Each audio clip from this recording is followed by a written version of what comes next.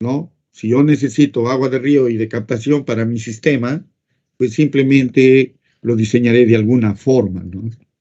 Pero ustedes con esto ya tienen las bases para efectuar ese diseño. Ahora, línea de captación se llama lo que une la captación, la línea de conducción se llama lo que une la captación con el reservorio. Es esta. Y el caudal de diseño es el caudal máximo diario de esa línea. Ahora, si ustedes ven y comparan la línea de conducción entre la captación y el reservorio y la línea de conducción entre la captación y el reservorio en una captación de río, lo que existe en medio es una planta de tratamiento. En esa planta de tratamiento lo que nosotros hacemos es eliminar los sólidos en suspensión y los bichos que existen en esa agua, ¿no? Ahora, el tramo entre la captación del río y la planta de tratamiento se llama línea de conducción. Entre la planta de tratamiento y el reservorio también se llama línea de conducción. Y esos dos tramos se diseñan con el caudal máximo diario. Nosotros ya sabemos cómo calculamos este caudal máximo diario, ¿verdad? Tenemos nuestra dotación, ¿no? Nuestra población, me parece, dividido entre 86.400. Obtengo mi caudal medio. Ahora, mi caudal medio multiplicado por 1.3 me da mi caudal máximo diario. Y si lo multiplico entre 1.8 y 2.5, me parece, me da mi caudal máximo horario.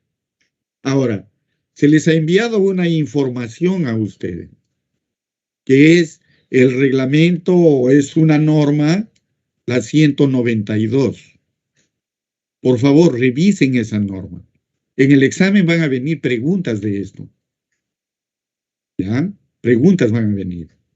Y estos factores que en el reglamento nacional dice K1 igual a 1.3 y el K2 igual a 1.8 y 2.5, en esta norma que es para poblaciones rurales, el K1 es 1.3, pero el K2 ya no es un rango, ya no es un intervalo de valores, tiene un valor y es 2.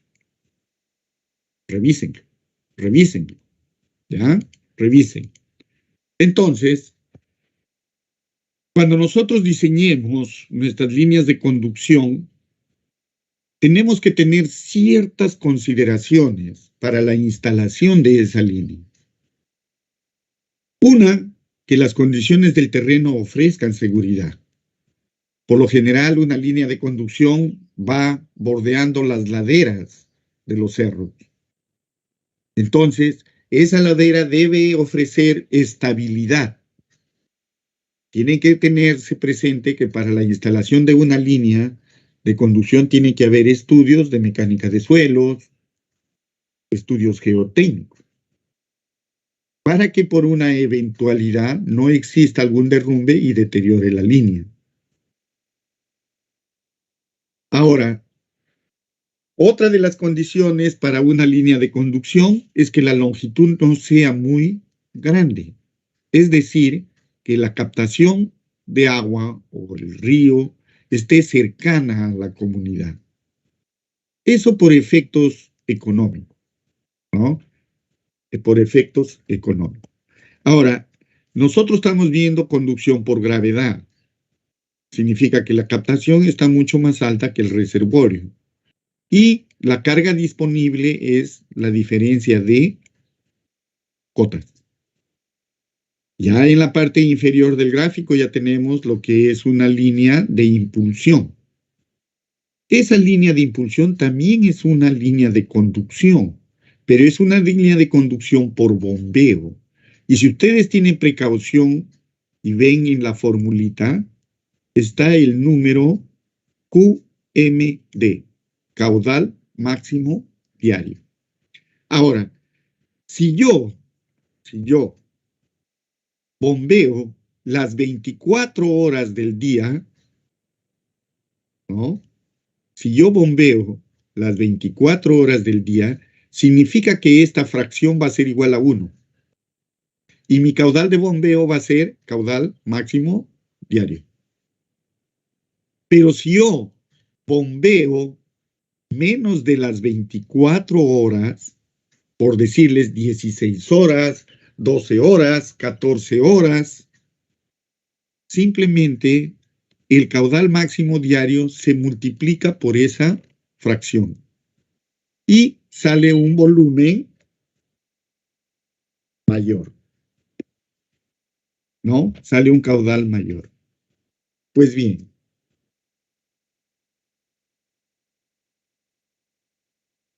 esto les hago presente en el sentido de que muchos, cuando les hablan de línea de impulsión, piensan que es otro tipo de línea. No, es una línea de conducción, pero por bombeo.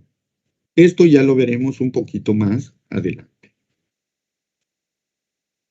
Cuando nosotros tenemos nuestra planta de tratamiento, nuestra captación, tenemos nuestro almacenamiento. Cuando hablamos de almacenamiento, estamos hablando del reservorio. La línea de conducción tiene diferentes ubicaciones, como lo pueden ustedes ver en la imagen. Tengo la captación, planta de tratamiento y el almacenamiento que está un poco más alejado. Eso, entre la planta de tratamiento y el almacenamiento, es la línea de conducción. Ahora, esta línea de conducción, no estoy hablando de tubería, estoy hablando de línea de conducción. Cuando yo hablo de línea de conducción, lo puedo hacer de dos formas. O bien lo conduzco por tubería, o bien lo conduzco por canal. Y es una línea de conducción. Pero cuando lo conduzco por tubería, se puede dar dos posibilidades. Que la tubería trabaje como canal o que la tubería trabaje a presión. Entonces ya tenemos tres formas de conducirlo. Como canal netamente abierto con sección prismática o como una tubería que trabaja como canal, sección circular, pero que no trabaja a presión, sino trabaja a presión atmosférica. O que sea una línea, una tubería que trabaja a presión. Cuando yo hable de línea de conducción, tienen que entender eso. No estoy diciendo tubería a presión. No estoy diciendo canal. No estoy diciendo tubería que trabaja como canal. Seguramente me especificarán de qué forma es. ¿Ya? En la parte inferior también tenemos ya la imagen que vimos anteriormente. Ahora, dice que la conducción puede desarrollarse o realizarse por gravedad y por bombeo. Entonces, eso hay que tenerlo muy claro. Como referencia de esta parte de lo que es línea de conducción, debemos revisar la norma OS 010, que es captación y conducción de agua para consumo humano. ¿Y qué es conducción? Se denomina obras de conducción a las estructuras y elementos que sirven para transportar el agua desde la captación hasta el reservorio o planta de tratamiento. La estructura debe tener capacidad para conducir como mínimo el caudal máximo diario. Si ustedes ven la definición, esta es una definición tomada de la norma. Elementos que sirven para transportar el agua. No te dice canal, no te dice tubería, te dice elemento, estructura. Entonces, el que yo lo defina como canal o lo defina como tubería depende de ustedes como proyectistas. Sí, entre la captación y mi manantial existe comunidades, oye, existe comunidades. Si yo lo diseño en canal, esta gente va a ensuciar el agua, va a tomar el agua, para riego, para alguna cosa, y se puede contaminar. Entonces, viendo esa posibilidad, simplemente lo puedo diseñar como una tubería que trabaje como canal enterrada. O de repente una tubería que trabaje a presión. Ahora, de repente, entre el tramo de la captación hasta la planta de tratamiento, existen zonas de derrumbe. Entonces, imposible que en esas zonas inestables geotécnicamente voy a diseñar un canal, porque significa que en cada un evento yo voy a tener que estar reparando mi canal. Entonces, las posibilidades de diseño son grandes, depende del que lo hace, del que lo proyecta, y de acuerdo a las condiciones que presenta el terreno y la ubicación de la captación y el reservorio o la planta de tratamiento. Cuando la conducción es por gravedad, se puede dar en canales, ¿no? Y las características, pues, para la construcción de canales, yo ya tengo que ver las condiciones del terreno, la calidad del agua que necesito. Yo puedo conducir el agua por zonas, digamos, que lo pueden contaminar a esa agua.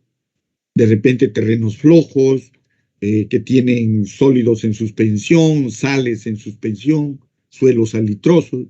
Entonces tengo que hacer un estudio detallado para yo poder optar por una u otra solución.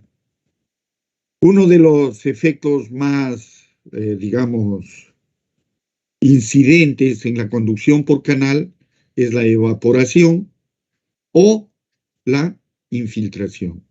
El más fuerte de los dos es la infiltración, que es aproximadamente hasta el 40% en canales de tierra, y la evaporación, que es del 1 al 2% del volumen que yo estoy transportando en canales revestidos, ¿no? Y también de tierra. Entonces, cuando uno diseña en canales, tiene que tener todas estas consideraciones. ¿Qué pasaría si yo lo diseño en canal, revestido o sin revestir, y existe una zona con un coeficiente de permeabilidad muy bajo? Es decir, de repente es un suelo arenoso. Simplemente a ese tramo debo revestirlo para no perder agua por infiltración. ¿Qué caudal es el que debe circular por este canal, señor Franklin?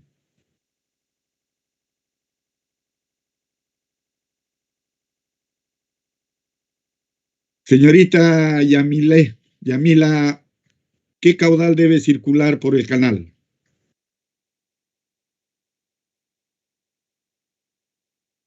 Señor Cuno Pizango, ¿qué caudal debe circular por el canal?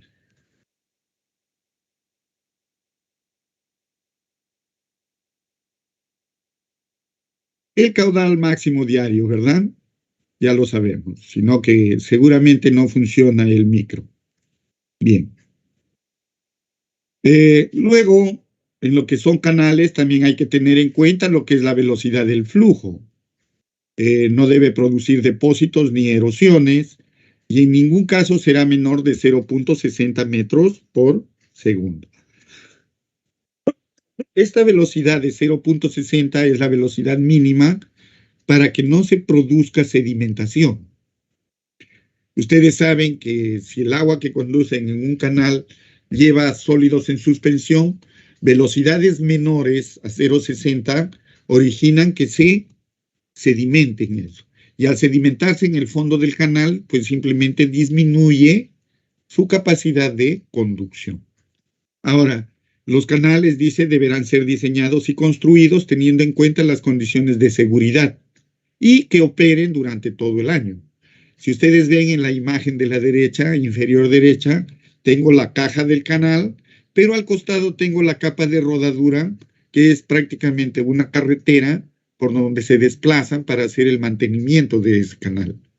Si ustedes ven en la imagen superior derecha, ¿Lo ven por dónde está circulando la excavadora para la limpieza del canal? Por el camino, un camino que ha sido construido específicamente para eso, para su mantenimiento. Ahora, nosotros trabajamos con caudales muy pequeños y los canales que se diseñan pues son canales de una sección muy reducida, no como estos que básicamente son canales de riego donde transportan grandes volúmenes de agua, ¿no? Pero de todas maneras, esta norma que estamos viendo aquí, que es la OS 010, te indica estas características que debe tener, ¿ya? En el diseño de canales debemos tener presentes los elementos geométricos de acuerdo a la forma del canal, si es triangular, rectangular, trapezoidal, y la fórmula de diseño conocida, nosotros ya sabemos que es la de Manning, ¿no? Con el coeficiente de Manning. La fórmula para canales es la fórmula del señor Chessy, pero para el cálculo del factor de fricción utilizamos el factor de Manning. Este es básicamente la fórmula de Chessy con el factor de Manning. Y calcula nuestro caudal y sus elementos geométricos, ¿no? Caudal, área hidráulica, radio hidráulico y pendiente hidráulica, o lo que le llamaba pendiente de energía. Esto no lo vamos a, digamos, ver detenidamente porque ya esto ya se supone que ya se conoce. Luego, tenemos, por ejemplo, en el diseño de canales, lo que les estaba comentando, conductos cerrados parcialmente llenos. Es decir, una tubería de cualquier sección, cuadrada, circular, pero que no está con el tirante completo. Es decir, funciona con un tirante menor al 100%. El máximo sería el 100%, pero la presión encima tendría que ser la atmosférica. Cosa media complicada, pero se puede lograr. La fórmula que tenemos acá es la fórmula del señor Coseni, ¿no? Donde nos muestra, digamos, la forma de cómo debemos calcular cuando queremos trabajar con conductos parcialmente llenos. Cuando hablamos de conductos parcialmente llenos, por ejemplo, podría ser una tubería que trabaja a un tirante menor. Este tipo de diseño nosotros lo vamos a ver cuando veamos alcantarillado. En el alcantarillado, el desagüe trabaja la tubería como un canal, pero el tirante máximo es al 75% de D, del diámetro. ¿Ya? Eso ya lo veremos más adelante.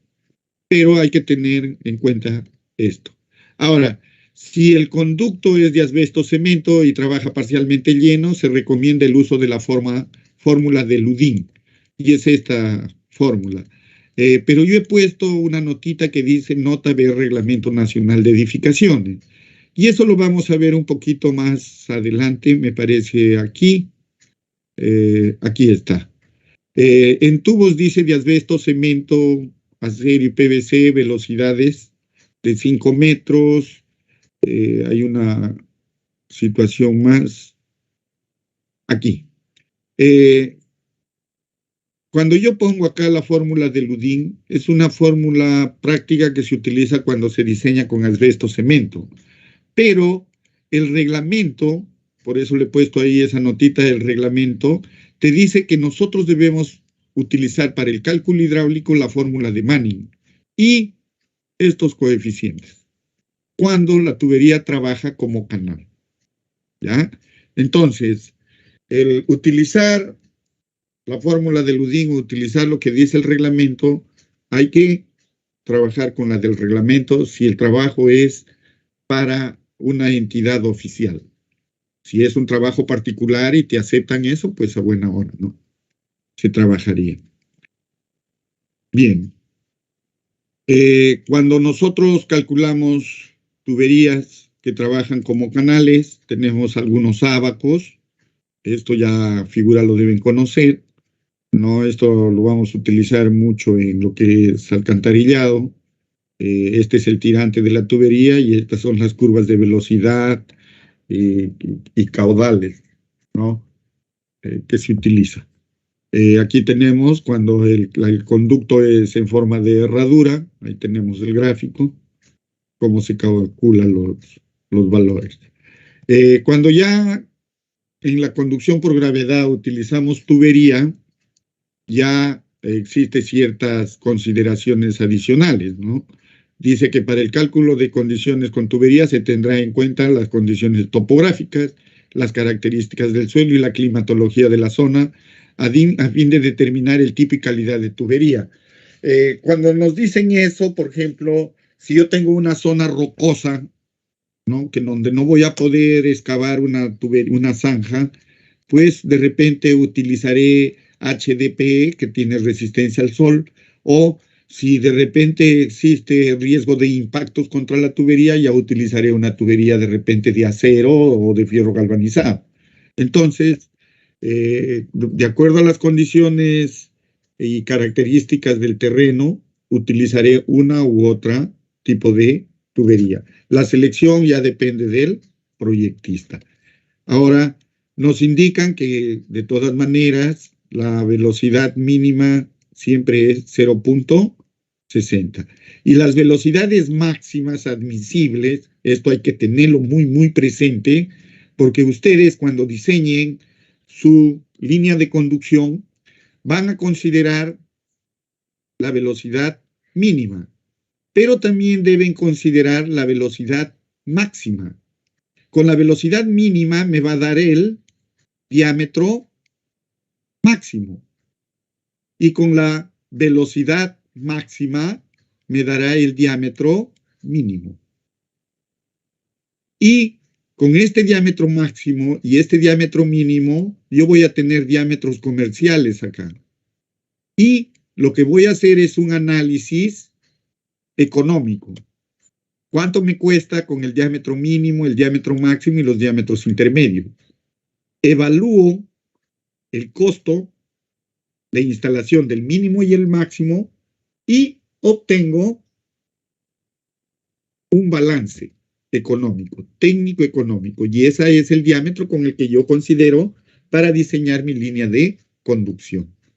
Tengan en cuenta que un diámetro mínimo que me da la máxima velocidad genera mayores pérdidas de carga que el diámetro máximo, donde me genera menores pérdidas y mayores presiones.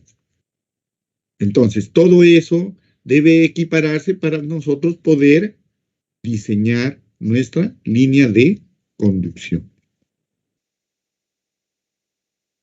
También en tuberías, como ya les mencioné, para el cálculo hidráulico debemos utilizar estas fórmulas, ¿no? Para el cálculo de tuberías que trabaja con flujo a presión, se utilizarán fórmulas racionales, dice.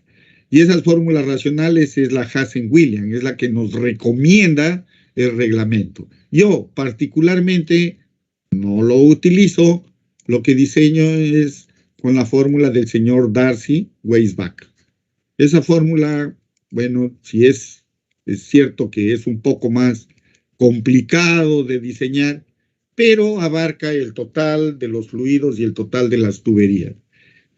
Cuando vean la norma o el reglamento 192, que les dije que deben revisar esa normativa, que es para poblaciones rurales, nos indica que la fórmula de Hazen-Williams se debe utilizar cuando el diámetro de tubería es mayor a 50 milímetros. Si el diámetro de mi tubería es mayor a 50 milímetros, entre comillas 2 pulgadas, puedo utilizar Hazen-Williams. Pero si el diámetro es menor a 50, debo utilizar la fórmula del señor Hisao. Entonces, ya nos están condicionando por reglamento ciertos criterios. Deben leer eso, revisen, ¿ya? Ahora, los valores del coeficiente del señor Hazen lo tenemos acá, que es de la norma que se ha sacado, y de la norma de la 192, que se llama Norma Técnica de Diseños y Opciones Tecnológicas para el Sistema de Saneamiento en el Ámbito Rural, tenemos la fórmula del señor Hazen, donde nos dice que para diámetros superiores a 50 milímetros. Cuando el diámetro es igual o menor a 50 milímetros, se utiliza del señor Fay-Whipple. ¿no? Entonces, eso tienen que tener cuidado cuando diseñen. Bien. Acá tenemos un cuadrito que también ha salido de las normas tecnológicas para el cálculo de las pérdidas de carga local. Deben tenerlo presente, ¿ya? Y tenemos lo que es ya una línea de conducción, un perfil donde ya tenemos la línea de presión estática, la línea del gradiente hidráulico, donde se ubica una válvula de purga, una válvula de aire, el reservorio. La carga estática, la carga dinámica y la pérdida de energía. Esto de acá, grafiquito, le hemos sacado de la norma, la resolución 192, ¿no? Que es para comunidades rurales. Bien, jóvenes, creo que vamos a quedarnos aquí. Voy a llamar nuevamente lista